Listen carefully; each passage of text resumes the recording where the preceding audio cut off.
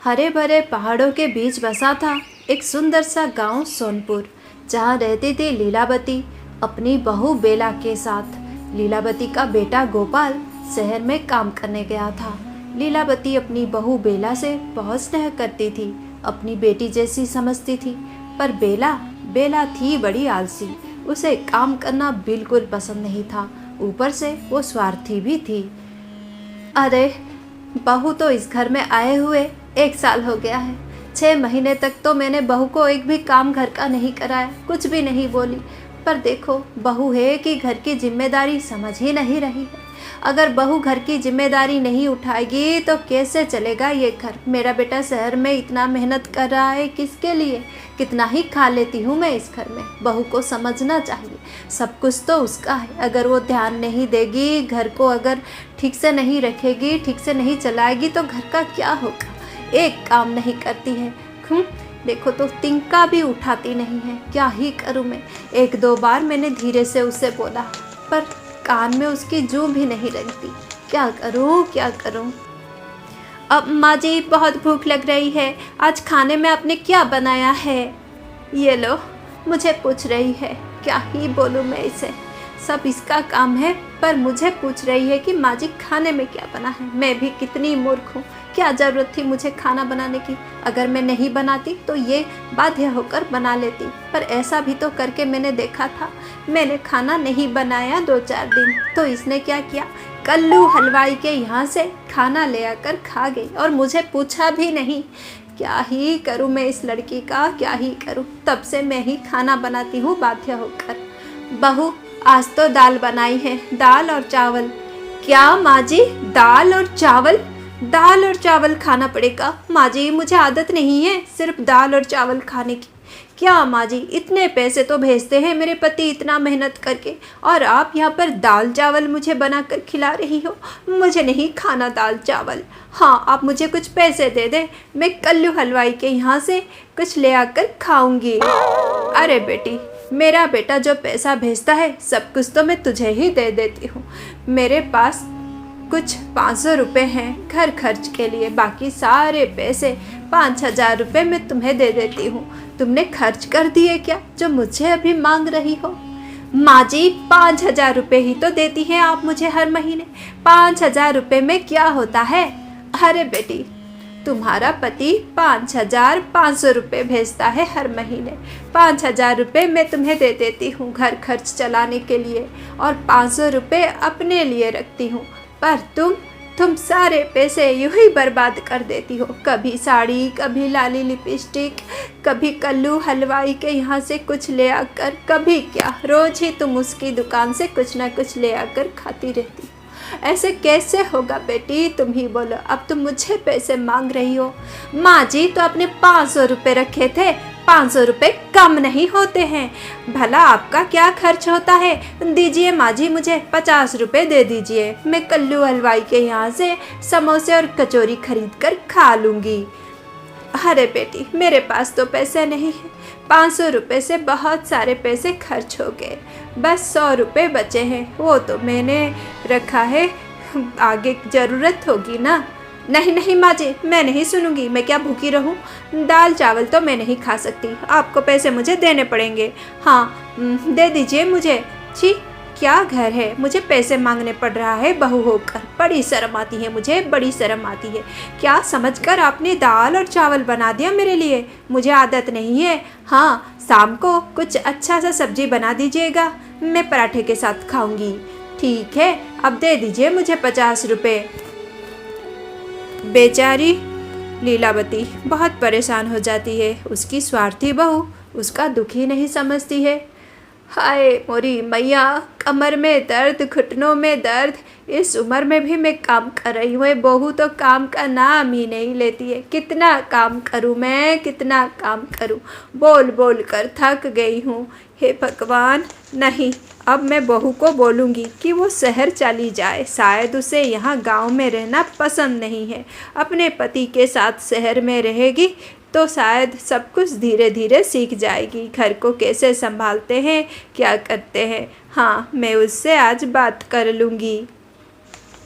उस दिन शाम को मज़े से बेला पूरे गांव में घूम घूम कर टाइम पास करके आराम से आ जाती है खाना खाने। माँ जी, मैं बिस्किट के साथ चाय पीऊँगी, मेरे लिए चाय बना दीजिए और अच्छे से दूध डालिएगा।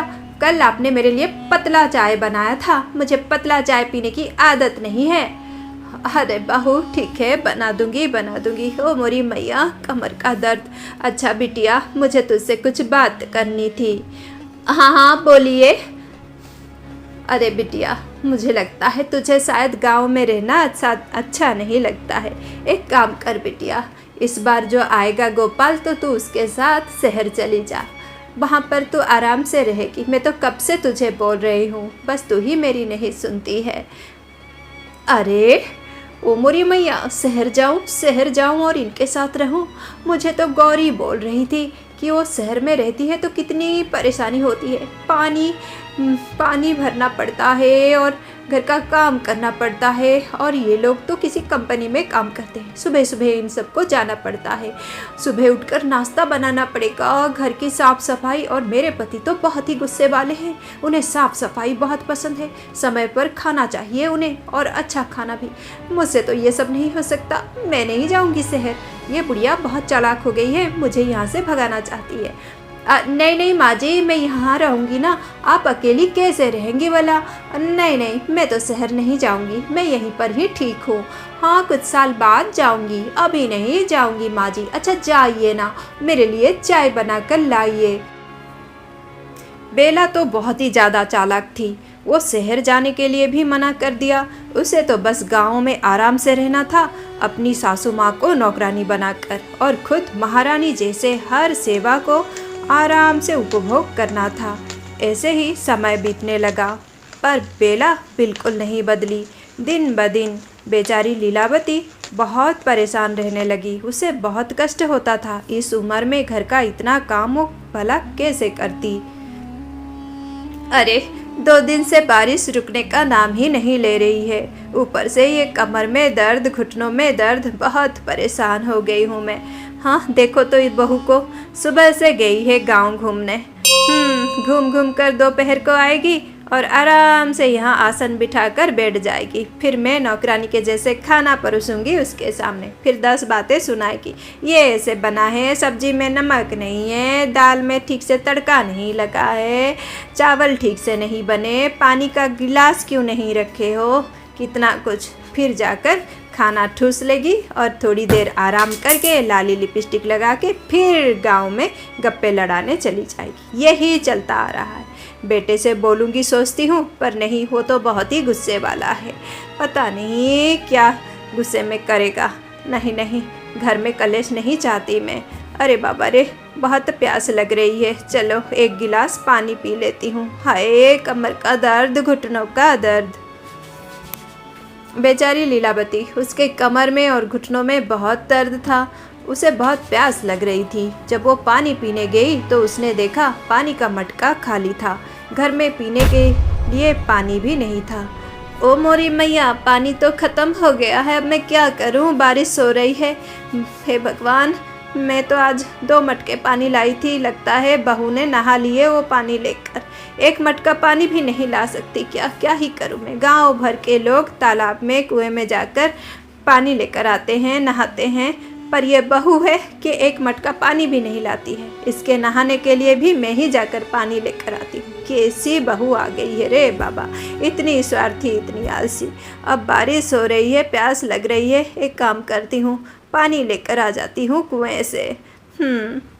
अब बारिश में निकल पड़ती है लीलावती पानी भरने के लिए। वो मटका लेकर पानी लेने जाती है। जब कुएं से पानी लेकर वो आ रही थी तो रास्ते में बहुत कीचड़ था, उसका पाँव कीचड़ में फंस गया और वो गिर पड़ी। ओ मोरी मैया, कोई बचाओ मुझे, हे भगवान, हाय दैया, क्या हो गया। बेचारी लीलावती, उसका पाँव में बहुत चोट लग जाती है और उसे बहुत दर्द होता है। क्या माँ जी, ये क्या कर दिया आपने? आपको क्या ज़रूरत थी बारिश में घूमने की? हाँ, क्यों निकल पड़ी थी आप? शायद आप मेरी जासूसी करने निकली थी। हाँ, देख लिया ना, आपके पैर में चोट लग गई है। भगवान, अब वैद्य जी तो बोल रहे थे कि आप 1 महीने तक बिस्तर से नहीं उठ सकती। अब घर का क्या होगा? ये घर कैसे चलेगा? ओ मरी मैया, कितना दर्द है, कितना दर्द है। ओहो, इस बुढ़िया का नाटक तो देखो।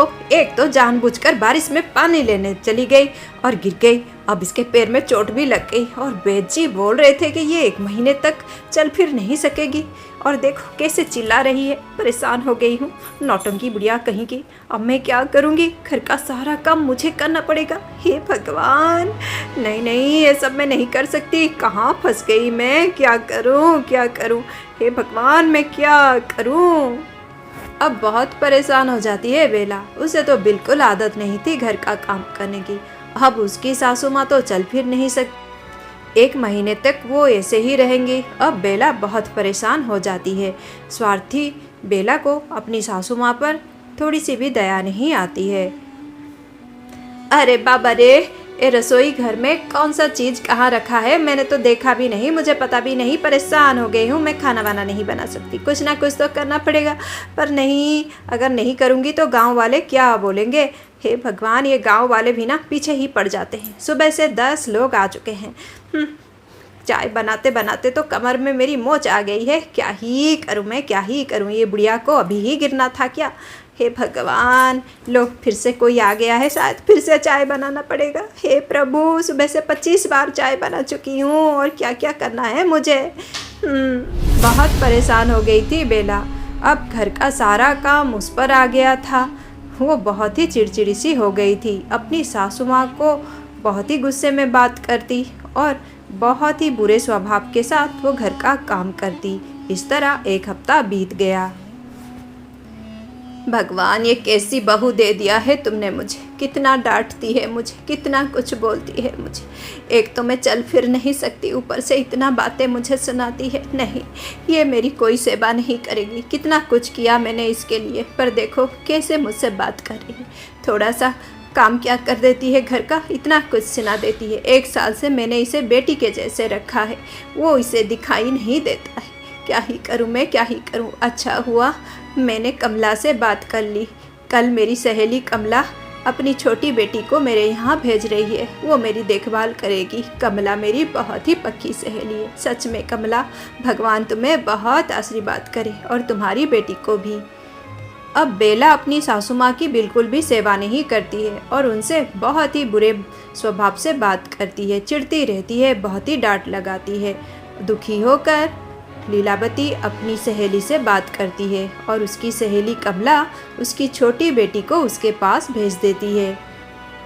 कमला की बेटी भाग्यश्री बहुत ही चालाक है। वो आती है और अपनी माँ की सहेली की बहुत मदद करती है। अरे बिटिया, कितनी सेवा करती हो तुम मेरी। जवान लड़की, मेरा इतना काम कर रही हो तुम यहाँ आकर। ये तो तुम्हारे खेलने कूदने की उम्र है बिटिया, मुझे अच्छा नहीं लगता है। माँ जी कोई बात नहीं, आप मेरी माँ की सहेली हैं, मुझे कुछ कष्ट नहीं हो रहा है, मैं बहुत खुश हूँ। अच्छा माँ जी, आज आप क्या खाएंगी? बोले तो मैं बनाऊँगी। बिटिया, जो भी तुम बना दो मैं खा लूँगी। दाल और चावल ही बना दो, मैं खा लूँगी बिटिया। नहीं माँ जी, मैं आपके लिए कुछ अच्छा ही बनाऊँगी। अच्छा माँ जी, मैं जाती हूँ रसोई में। सुनो ना, एक काम करो, तुम्हें पालक पनीर बनाना आता है? मैं पनीर लेकर आई हूँ, बना दो ना, बड़ा मन कर रहा है खाने को। अब भाभी, पालक का पनीर अगर खाना है तो खुद ही बना लो, नहीं तो कल्लू हलवाई के यहाँ पे अच्छा पालक पनीर मिलता है। अब तो रोज़ जाती हो, कुछ ना कुछ खरीद कर खाती हो, वो बात अलग है भाभी के 15 दिन से मैं यहाँ आई हूँ, पर एक बार भी आप मेरे लिए कुछ नहीं लाई हो। कोई बात नहीं, आप अकेली ही जाकर वहाँ खा लो। और भाभी, यहाँ मत लाना, क्योंकि बर्तन ऐसे ही झूठे पड़े रहते हैं। वो बर्तन तो वहाँ पर 15 दिन से ऐसे ही पड़ा है। अरे भाग्यश्री, तुम तो माँ जी का बर्तन धो देती हो, तुम्हारा बर्तन धो देती हो, वो बर्तन तुम्हें दिखाई नहीं दिए क्या? भाभी, मैं तो सिर्फ मौसी जी की मदद करने आई हूँ यहाँ पर, और अपना ख्याल तो मुझे रखना ही पड़ेगा ना। वो बर्तन तो आपके झूठे बर्तन हैं, उसे आप साफ कर लीजिए। आपके हाथों में कौन सा मेहंदी लगी है? अच्छा, मैं जाती हूँ, माँ जी के लिए कुछ अच्छा सा खाना बनाना है मुझे। ये तो बहुत ही ज़्यादा तेज है। पहले ये बुढ़िया मेरे लिए मटके भर भर के पानी लाती थी, मैं यहाँ आराम से नहाती थी। अब मुझे तालाब में जाकर नहाना पड़ रहा है। कितनी मुश्किल हो रही है। ऊपर से ये महारानी खाना इतना कम बनाती है बुढ़िया के लिए, और इसके लिए मेरे लिए तो कुछ भी नहीं करती है। ये किसी काम की नहीं है। बड़ी आई, मैं क्या इसकी नौकरानी हूँ? इसे देखकर मुझे पता चल गया ये कितनी चालाक है, पर मैं कहाँ कम हूँ। हाँ, मौसी जी दिल की अच्छी हैं, मैं उनकी मदद कर रही हूँ। वो मेरी माँ की सहेली है, और इससे क्यों मदद करूँ? इसके तो हाथ पैर आराम से चल रहे हैं, खुद अपना काम करे। बड़ी आई मुझे नौकरानी समझने वाली। बहुत तेज थी भाग्यश्री। वो अपना काम करती और लीलावती की सेवा करती, उससे ज़्यादा कुछ नहीं। ये सब देखकर बहुत परेशान हो गई बेला। मैं यहाँ नहीं रहूँगी, मैं आज ही अपने मैके जाऊँगी। गांव वालों को जो बोलना है बोलने दो। मेरे पति थोड़ा गुस्सा करेंगे, करने दो। हाँ, मैं इधर उधर से कुछ बोल दूँगी कि भाग्यश्री ने मुझे परेशान किया, माँ जी ने मुझे ताने दिए, ये सब बोल दूँगी। मैं नहीं रह सकती। हाँ, ये बुढ़िया जब ठीक हो जाएगी 1 महीने बाद, तभी आऊँगी मैं। हाँ, मैं क्यों यहाँ पर रहूँ? तालाब में रोज़ जाकर मुझे नहाना पड़ रहा है। मैं नहीं यहाँ रह सकती। अब भी जाती हूँ, आज ही जाती हूँ मैं अपने मैके।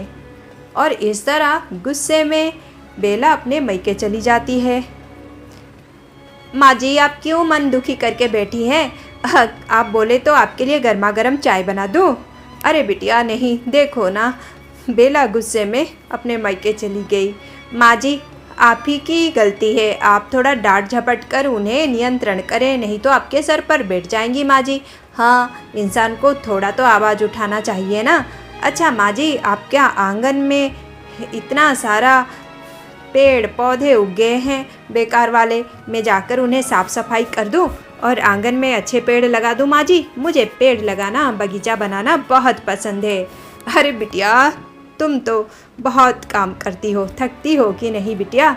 नहीं माँ जी, काम करना मुझे अच्छा लगता है। आप बोले तो मैं आंगन में जाकर सुंदर सुंदर सब्जियों के पौधे लगा दूँ? अरे हाँ बिटिया, हाँ ज़रूर।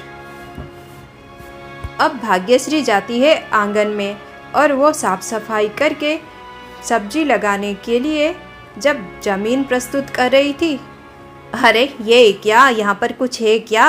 हाँ, लोगों को ऐसे ही ज़मीन के अंदर से खजाना मिल जाता है।